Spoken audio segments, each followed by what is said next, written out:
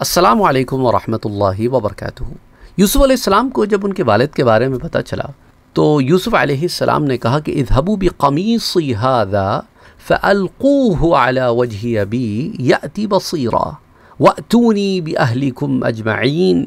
تو یوسف علیہ السلام نے کہا کہ میری اس قمیص کو لے کر جاؤ اور اس کو میرے والد محترم کے چہرے پر ڈال دو تو ان کی آنکھیں دیکھنے لگیں گی، یا جو بھی مسئلہ ہے ان کا آنکھوں کا وہ حل ہو جائے گا اللہ کے فضل و کرم سے، اور اپنے سب گھر والوں کو میرے پاس لے آؤ، یعنی میس امیگریشن کر کے تم سب کے سب سارے کے سارے میرے پاس آ جاؤ۔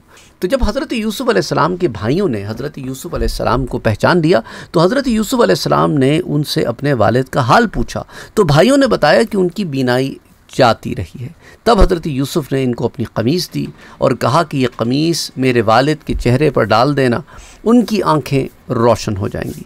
امام عبد الرحمن بن محمد رازی جو معروف ہیں ابن ابی حاتم کے نام سے، وہ روایت کرتے ہیں کہ مطلب بن عبداللہ بیان کرتے ہیں کہ جب حضرت ابراہیم علیہ السلام کو آگ میں ڈالا گیا تھا تو اللہ تعالیٰ نے ان کو جنت کی قمیصوں میں سے قمیص پہنائی تھی۔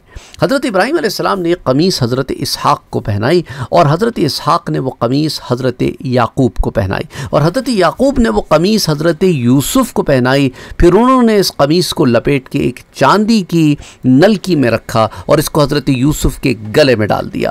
جس وقت حضرت یوسف علیہ السلام کو کنویں میں ڈالا گیا اور جب ان کو قید میں رکھا گیا اور جس وقت ان کے پاس ان کے بھائی آئے، ان تمام اوقات میں وہ نلکی ان کے گلے میں تھی، اور اس وقت حضرت یوسف علیہ السلام نے اس نلکی سے یہ قمیص نکال کر بھائیوں کے حوالے کی اور کہا میری اس قمیص کو میرے والد کے چہرے پہ ڈال دو، ان کی آنکھیں روشن ہو جائیں گی۔ ابھی وہ قمیص فلسطین کے علاقے کنعان میں تھی کہ حضرت یعقوب نے فرمایا کہ مجھے یوسف کی خوشبو آ رہی ہے۔ یہوذا نے کہا پہلے حضرت یعقوب کے پاس میں خون آلودہ قمیص لے کر گیا تھا اور میں نے کہا تھا کہ یوسف کو بھیڑیے نے کھا لیا، اب اس قمیص کو بھی لے کر آؤں گا اور یہ بتاؤں گا کہ یوسف زندہ ہیں۔ جس طرح پہلے میں نے ان کو رنجیدہ کیا تھا اس طرح اب میں جا کر ان کو یہ خوشخبری دوں گا۔ تو تفسیر ابن ابی حاتم کی جلد نمبر 7 صفحہ 2196 پر اس واقعے کو یوں بیان کیا گیا ہے۔ اچھا، حضور اکرم صلی اللہ علیہ وآلہ وسلم کے کپڑوں اور آپ کے بالوں سے بھی بیماروں کا شفایاب ہونا، اس سلسلے میں بھی جو روایات آتی ہیں وہ بھی میں آپ سے ذکر کرتا چلوں۔ حضرت اسما رضی اللہ تعالی عنہ کے آزاد کردہ غلام عبداللہ بیان کرتے ہیں کہ میں نے حضرت اسما کو بتایا کہ حضرت عبداللہ بن عمر مطلقاً ریشم کو حرام کہتے ہیں، تو انہوں نے کہا یہ رسول اللہ صلی اللہ علیہ وسلم کا جبہ ہے۔ انہوں نے ایک طیالی کسروانیہ جبہ نکالا جس میں ریشم کے پیوند لگے ہوئے تھے اور اس کے سامنے اور پیچھے کے چاک پر یا آستینوں پر ریشم کے بیل بوٹے بنے ہوئے تھے۔ حضرت اسما نے کہا یہ جبہ حضرت عائشہ کے پاس تھا، جب وہ فوت ہو گئیں تو میں نے اس پر قبضہ کر لیا۔ حضور اس کو پہنا کرتے تھے، ہم بیماروں کے لیے اس کو دھوتے اور اس کے دھون سے ان کے لیے شفا طلب کی جاتی، یعنی اس کے اندر پیوند لگے ہوئے تھے، بعض ریشم کے بوٹے بنے ہوئے تھے، تو لیکن وہ لباس پورا کے پورا ریشم کا نہیں تھا۔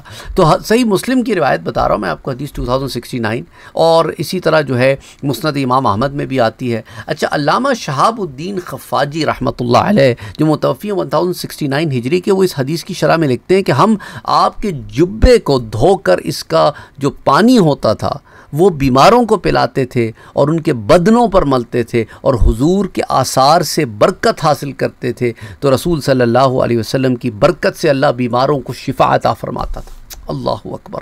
نسیم الریاض کی جلد نمبر 3 صفحہ 134۔ اسی طرح قاضی عیاض بن موسیٰ جو 544 ہجری کے متوفی ہیں، آپ اپنی سند کے ساتھ روایت کرتے ہیں، ابو القاسم بن میمون بیان کرتے ہیں کہ ہمارے نبی صلی اللہ علیہ وسلم کے پیالوں میں سے ایک پیالہ تھا، ہم بیماروں کے لیے اس میں پانی ڈالتے تھے اور وہ اس سے شفا حاصل کرتے تھے۔ الشفا کی جلد 1 صفحہ 246۔ اور اسی طرح علامہ خفاجی شہاب الدین احمد خفاجی رحمۃ اللہ علیہ یہ بھی لکھتے ہیں نسیم الریاض کی جلد 3 صفحہ 134 پر کہ بیمار اس پیالے میں پانی ڈال کر پیتے تھے اور شفا طلب کرتے تھے، اور اس کو پینے سے آپ کے آثار کی برکت سے ان کو شفا حاصل ہوتی تھی۔ اور اسی طرح عثمان بن عبداللہ بن مواہب بیان کرتے ہیں کہ میرے گھر والوں نے ایک برتن میں پانی ڈال کر مجھے حضرت ام سلمہ کے پاس بھیجا، اسرائیل نے 3 انگلیوں کو ملایا، یعنی وہ چاندی سے ملمع کی ہوئی ایک چھوٹی سی ڈبیا تھی 3 انگل جتنی، اس میں نبی صلی اللہ علیہ وآلہ وسلم کے مبارک بالوں میں سے کچھ بال تھے۔ جب کسی انسان کو نظر لگ جاتی یا اس کو اور کوئی بیماری ہو جاتی تو آپ کے پاس ایک برتن بھیج دیتا. میں نے گھنٹی کی شکل کی ایک ڈبیا دیکھی، اس میں سرخ رنگ کے بال تھے. صحیح بخاری کی حدیث 5896. تو اسی طرح جو ہے حضرت حافظ شہاب الدین احمد بن حجر عسقلانی متوفی 852 ہجری کے، آپ لکھتے ہیں کہ اس حدیث سے مراد یہ ہے کہ جو شخص بیمار ہو جاتا وہ حضرت ام سلمہ کے پاس ایک برتن بھیجتا. وہ اس برتن میں حضور صلی اللہ علیہ وسلم کے ان مبارک بالوں کو رکھتی، پھر اس برتن میں پانی ڈالتی اور اس کا دھون اس بیمار کو پلاتی، یا وہ آدمی شفا طلب کرنے کے لیے اس پانی سے غسل کرتا اور اس کو اس پانی کی برکت حاصل ہوتی. فتح الباری کی جلد 10 صفحہ 353. اسی طرح امام حافظ احمد بن علی بن مثنى تمیمی متوفی 307 ہجری کے اپنی سند کے ساتھ روایت کرتے ہیں کہ عبد الحمید بن جعفر اپنے والد جعفر سے روایت کرتے ہیں کہ حضرت خالد بن ولید نے کہا کہ ہم نے حضور صلی اللہ علیہ وسلم کے ساتھ ایک عمرہ کیا. آپ نے اپنے سر کے بال منڈوائے، لوگ آپ کے بال لینے کی طرف جھپٹے، میں نے آپ کی پیشانی کے بالوں کی طرف سبقت کی، میں نے آپ کے بال لے کر ان کو اپنی ٹوپی میں رکھ لیا اور میں ان بالوں کو اپنی ٹوپی کے اگلے حصے میں رکھا. اس کے بعد میں جس جنگ میں گیا مجھے فتح حاصل ہوئی. مسند ابو یعلا کی روایت ہے، حدیث 7183 جو جلد نمبر 13 میں آتی ہے.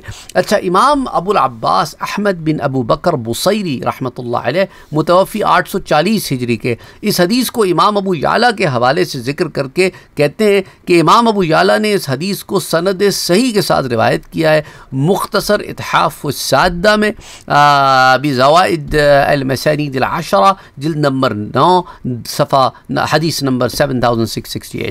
حافظ ابن حجر عسقلانی جو متوفی ہیں 852 ہجری کے، انہوں نے بھی امام ابو یعلا کی سند سے اس حدیث کو ذکر کیا المطالب العالیہ کی جلد 4 پہ حدیث 4044. اور حافظ عسقلانی اس حدیث کو امام سعید بن منصور سے پھر تفصیلاً بھی ذکر کرتے ہیں.